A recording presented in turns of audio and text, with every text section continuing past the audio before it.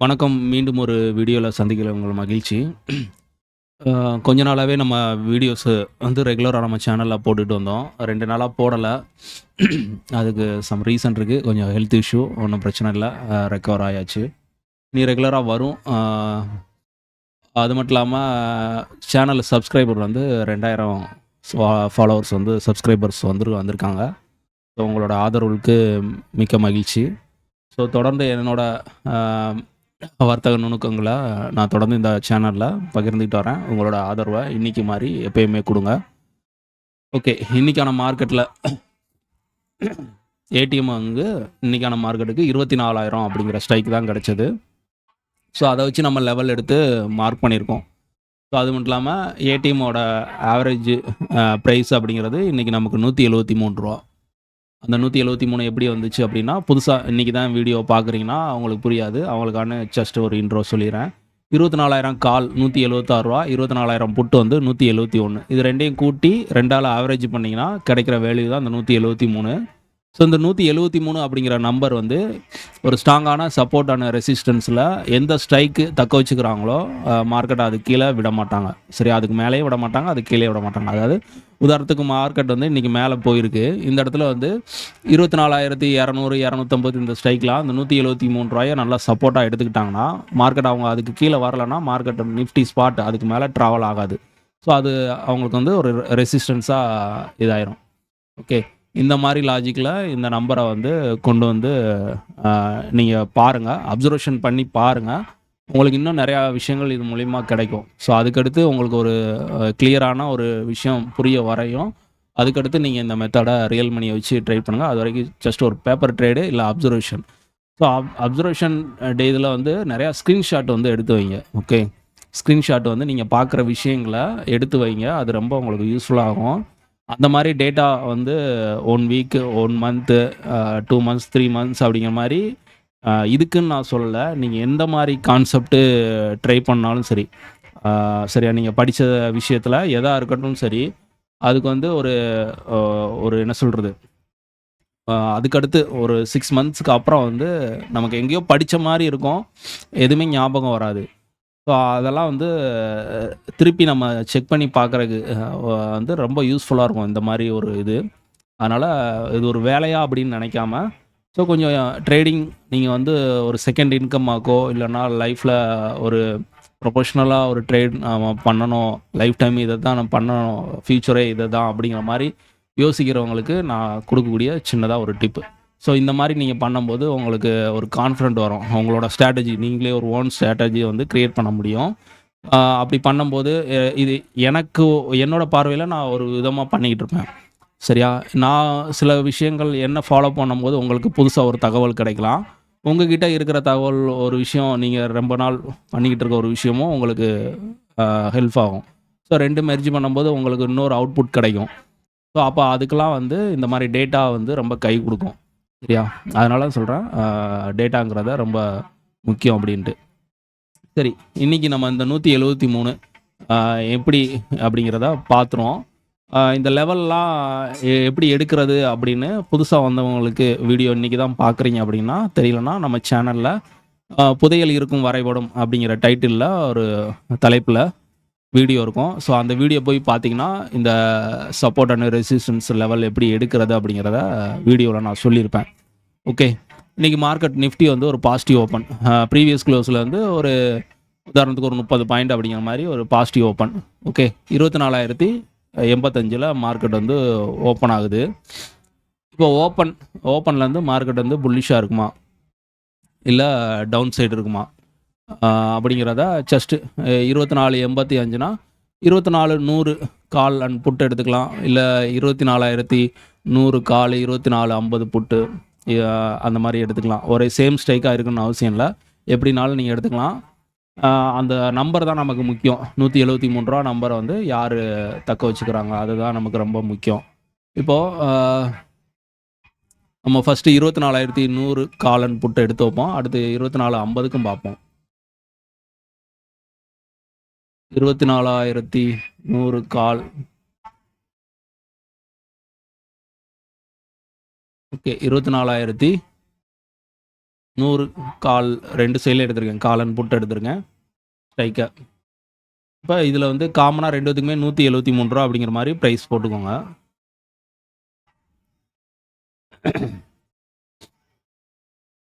Sorry, ரூ. 173. So 173 பார்த்தீங்கன்னா கால் ஓப்பனே பார்த்தீங்கன்னா ரூ. 150 ஓப்பன்லேருந்து ஸ்ட்ராங்காக 173 பிரேக் பண்ணுறாங்க. கிட்டத்தட்ட ஃபாஸ்ட்டாக ஒரு ஃபஸ்ட்டு 5 மினிட்ஸ் கேண்டில் மூவ். எப்பயுமே நம்ம காலையில் ஒரு ஃபஸ்ட்டு கேண்டில்லே என்ட்ரி எடுக்கிறது அது சூசைடுக்கு சமம். சரியா? மார்க்கெட்டை வந்து விட்டுறணும். கண்டிப்பாக வந்து மார்க்கெட் ஒரு 9:15 ஓப்பன் ஆச்சுன்னா கிட்டத்தட்ட 3:30 மணி வரைக்கும் இருக்குது, 6 மணி நேரத்துக்கு. ஸோ 6 மணி நேரத்தில் நமக்கான ஒரு அரை மணி நேரம் கண்டிப்பாக கிடைக்கும் ஆப்பர்ச்சுனிட்டி கொடுக்குற மாதிரி. ஸோ அந்த ஆப்பர்ச்சுனிட்டிக்கு காத்துக்கிட்டு இருக்கணும். ஸோ ஃபஸ்ட்டு மார்க்கெட்டில் நடக்கிற அந்த மொமெண்டம் வெர்டிக்கலாக ஏறுதே, அந்த மொமெண்டத்தெல்லாம் கேட்ச் பண்ணணும் அப்படிங்கிற ஆர்வமும் இருக்கக்கூடாது. வெர்டிக்கலாக ஃபால் ஆகிற மொமெண்டத்தை கேட்ச் பண்ணணும்னு ஆர்வமும் படக்கூடாது.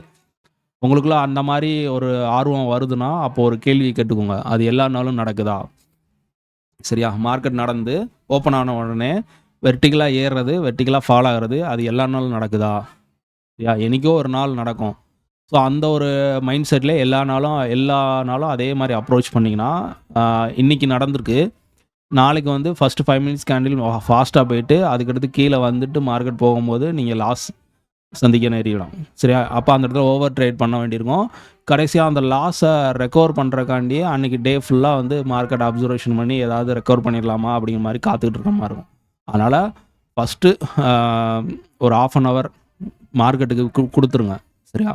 ஜஸ்ட்டு மார்க்கெட்டில் உங்களோட பிளான் என்னவோ அதெல்லாம் மார்க் பண்ணி சார்ட் எந்த சார்ட்டில் நீங்கள் ட்ரேட் பண்ண நினைக்கிங்களோ அதெல்லாம் எடுத்து வச்சுட்டு அப்படியே உட்காந்துருங்க. மார்க்கெட் என்ன தான் நடக்கு அப்படிங்கிற மாதிரி வேடிக்கை மட்டும் பாருங்கள். என்ட்ரிக்கு எதுவுமே நீங்கள் போகணும். அது வரைக்கும் மார்க்கெட்டில் ஜஸ்ட்டு என்ன நடக்குது, வேறு குளோபல் மார்க்கெட் எப்படி இருக்குது, இல்லை உங்களோட ஃபோக்கஸ் இல்லை ஏதோ ஒரு டிவி பாருங்கள், இல்லை உங்கள் ஒர்க்கை பாருங்கள், ஏதாவது ஒரு விஷயத்தில் உங்களோட டைவர்ட் பண்ணிக்கோங்க. அரை மணி நேரம் எதையுமே சிந்திக்காதீங்க, விட்டுருங்க. ஸோ மார்க்கெட்டில் கண்டிப்பாக நமக்கு வந்து ஆப்பர்ச்சுனிட்டி கிடைக்கும். அப்படியே ஆப்பர்ச்சுனிட்டி கிடைக்கினாலும் ஒன்றும் பிரச்சனை இல்லை. நம்ம கேபிட்டல் நம்மகிட்ட தான் இருக்க போகுது, ட்ரேட் பண்ணலைனாலும்.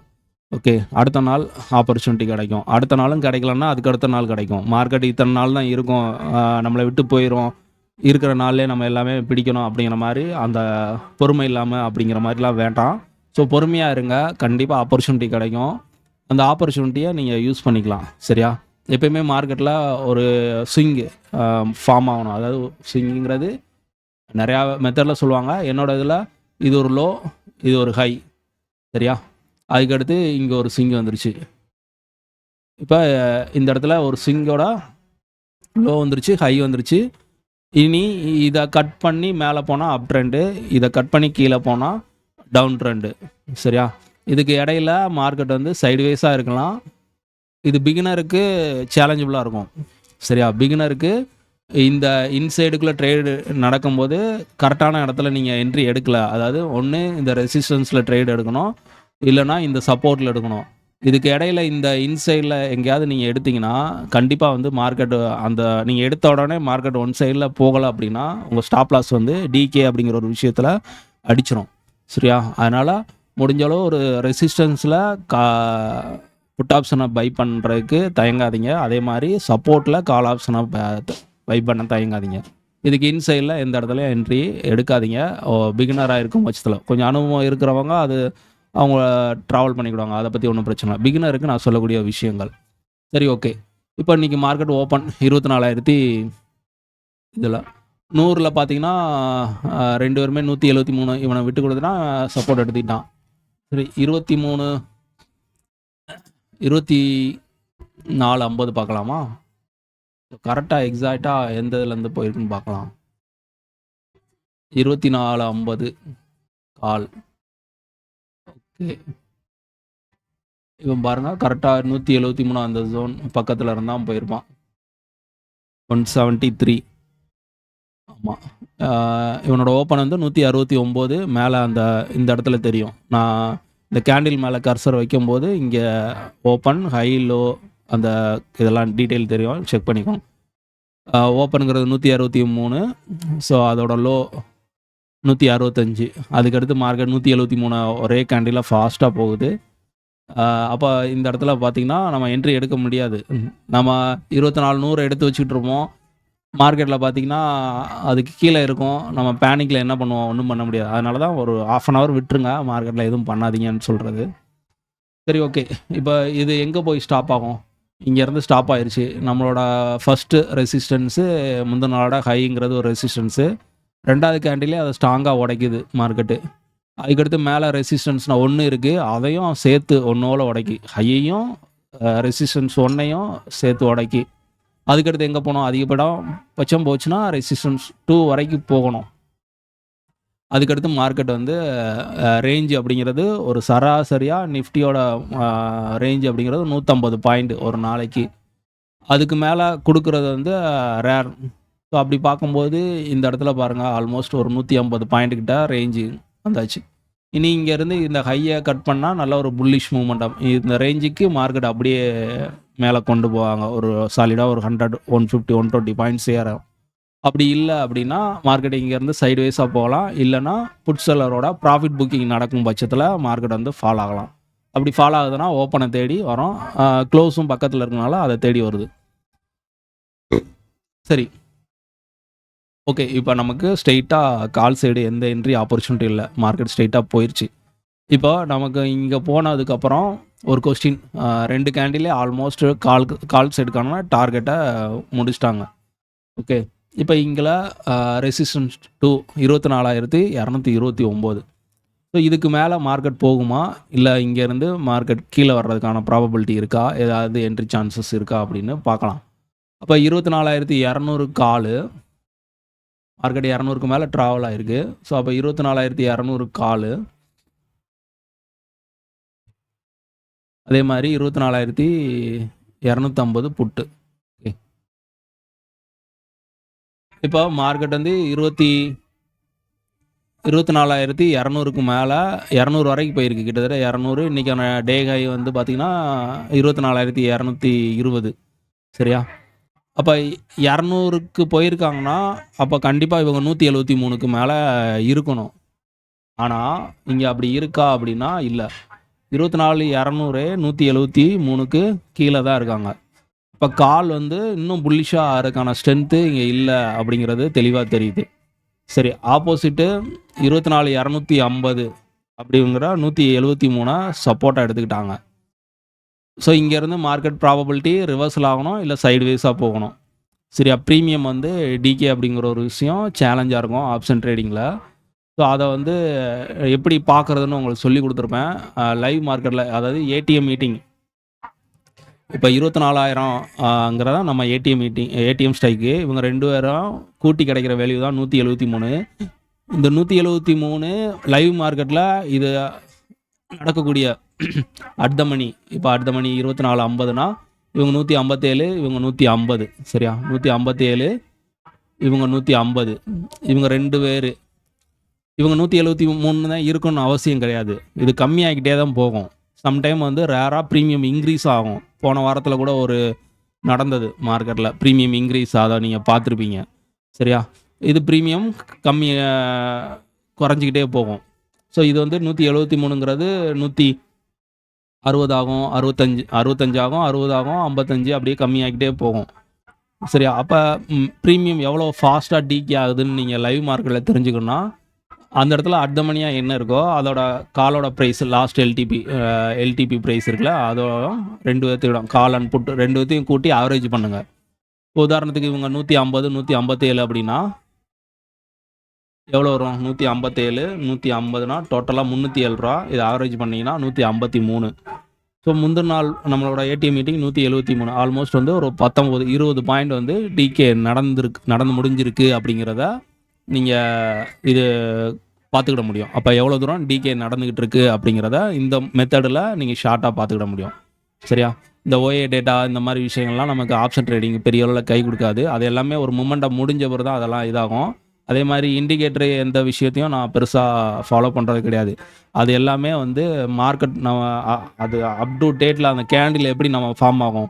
இப்போ இந்த கேண்டில் ஃபார்ம் ஆகுது, இப்படி ஃபார்ம் ஆகிக்கிட்டே இருக்குது. அடுத்த கேண்டில் இவ்வளோ புல்லிஷாக வரும்னு தெரியுமா? அதே மாதிரி தான் அந்த இண்டிகேட்டரும் அந்த கேண்டிலோட அதை ஃபார்ம் ஆகுமே தவிர அதுக்கு அட்வான்ஸாக வந்து மார்க்கெட் இங்கே தான் போக போகுது அப்படின்னு எங்கேயும் சொல்லாது எந்த இண்டிகேட்டரும். பட் ஆனால் நம்ம நம்பர்ஸ் அப்படிங்கிறது அப்படி கிடையாது. ஆனால் நம்ம முன்கூட்டியே அந்த நம்பரை வந்து பிக் பண்ணிடும் மார்க்கெட்டு. உதாரணத்துக்கு காலையில் நான் என்னோடய டெலிகிராமில் போட்டிருந்தேன். ஸோ என்கிட்ட 2 டெலிகிராம் சேனல் இருக்குது. நீங்கள் ஸ்டூடெண்ட் சேரணும் விருப்பறவங்க தாராளமாக ஜாயின் பண்ணிக்கலாம். காலையில் ஒரு ஸ்க்ரீன்ஷாட்டு போட்டேன் 9:22க்கு 24,200 புட்டு 173 ரூபாயை மார்க் பண்ணி கொடுத்துருந்தேன். மார்க்கெட் பார்த்தீங்கன்னா 24,200 புட்டு.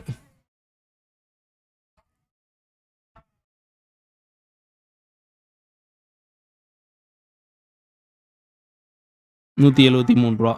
ஸோ அதை பிரேக் பண்ணுறாங்க. ஸோ அதை பிரேக் பண்ணியும் நிஃப்டி வந்து இத்தனை 3வது கேண்டில் பிரேக் பண்ணுறாங்க. அதுக்கடுத்து ப்ரீமியம் பார்த்தீங்கன்னா 24,200 ரீச் ஆகுறாங்க. சரி, அதுக்கடுத்து ஒரு ஸ்க்ரீன்ஷாட் நான் போட்டிருக்கேன். இது எத்தனை மணிக்கு? 9:33க்கு 9:30 மணிக்கு போட்டிருக்கேன். 173 24,250 புட்டு போட்டிருக்கேன். ஸோ கரெக்டாக மார்க்கெட் பார்த்தீங்கன்னா 24,250 புட்டு தான் 173 ரூபாயை தக்க வச்சுருக்காங்க. இங்கே நான் எந்த ஸ்ட்ரைக் கொடுத்துருக்கேன்? 24,200 கால் 24,250 புட்டு. ஸோ 200 வந்து 173க்கு இருந்தால் புல்லிஷ் கண்டினியூ ஆகும். அப்போ R2 உடச்சி மார்க்கெட் அப் ட்ரெண்ட் போகிறதுக்கு ப்ராபபிலிட்டி இருக்குது. அப்படி இல்லைன்னா மார்க்கெட்டில் இங்கேருந்து 24,250 புட்டு 173 சப்போர்ட் எடுத்தாங்கன்னா இங்கேருந்து சைட்வேஸாக போகலாம், இல்லை ரிவர்சல் ஆகலாம். மார்க்கெட்டில் புட் செல்லரோட ப்ராஃபிட் புக்கிங் கண்டிப்பாக இருக்கும் பட்சத்தில் மார்க்கெட்டில் ஒரு ரிவர்சல் ஆகலாம். ஸோ இதுதான் இந்த ப்ராபபிலிட்டி தான் இருக்கும். இதுதான் விஷயம். மார்க்கெட்டில் நல்ல ஒரு ஃபால் இன்றைக்கி. கண்டினியூவாக மார்க்கெட் வந்து ஸ்டேபிளாக இல்லை.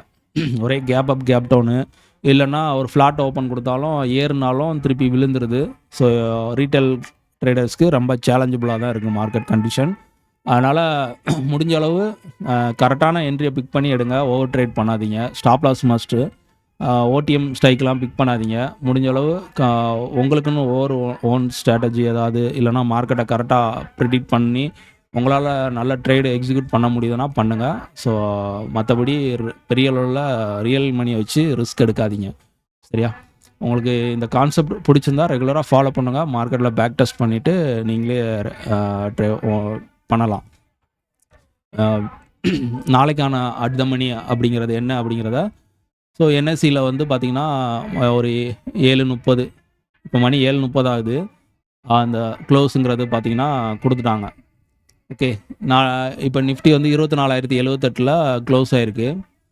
இப்போ நாளைக்கான அட் த மணி என்னன்னு பார்த்துடலாம். 24,100 150 இந்த மாதிரி ஸ்ட்ரைக்காக தான் இருக்க வாய்ப்பு இருக்கும். 24,100 எடுத்து பார்ப்போம். 24,100 இங்கே பார்த்தீங்கன்னா இந்த க்ளோஸ் ப்ரைஸ் தான் நமக்கு தேவை. 24,100 சேம் ஸ்ட்ரைக்கு. 178 132 கிட்டத்தட்ட வேறு ரொம்ப டிஃப்ரென்ஸ் இருக்குது. 40 பாயிண்ட்டு வித்தியாசம் இருக்குது. அப்போ இது கிடையாது நம்மளோட ஏடிஎம் ஸ்ட்ரைக்கு. 24,50 எடுப்போம். இதுதான் நமக்கான நாளைக்கான ஏடிஎம் ஸ்ட்ரைக்கு. இங்கே பார்த்தீங்கன்னா 24,050 சேம் ஸ்ட்ரைக்கு. புட்டோட ப்ரீமியம் 53, காலோட ப்ரீமியம் வந்து க்ளோஸ் ப்ரைஸ் 56 156. ரெண்டுக்கும் 3 பாயிண்ட் மட்டும்தான் வித்தியாசம். இதுதான் நாளைக்கான நமக்கு ஏடிஎம் ஸ்ட்ரைக்கு. ஸோ இது ரெண்டுத்தையும் கூட்டி ஆவரேஜ் பண்ணால் எவ்வளோ வரும்? 155 ரூபா 50 காசு வருமா? நம்ம 154 ரூபா 50 காசு வரும். ஸோ 154 ரூபா அப்படிங்கிற மாதிரி ரவுண்டாக எடுத்துக்கலாம். சரியா? நாளைக்கான ஏடிஎம் வந்து ஆவரேஜ் ப்ரைஸ் வந்து 154. இது லைவில் வந்து ஒரு ஸ்ட்ராங்கான சப்போர்ட் அண்ட் ரெசிஸ்டன்ஸ் ஜோனில் இந்த 154 ரூபா ப்ரைஸை யார் தக்க வைக்கிறாங்களோ அந்த இடம் மார்க்கெட்டில் ஒரு சப்போர்ட் அண்ட் ரெசிஸ்டன்ஸாக இருக்கும். சரியா? நாளைக்கு பாருங்கள் லைவ் மார்க்கெட்டில் நீங்கள் பார்க்குற விஷயங்களில் கருத்துக்களாக வந்து கமெண்ட் செக்ஷனில் பின் பண்ணுங்கள். Okay, thank you.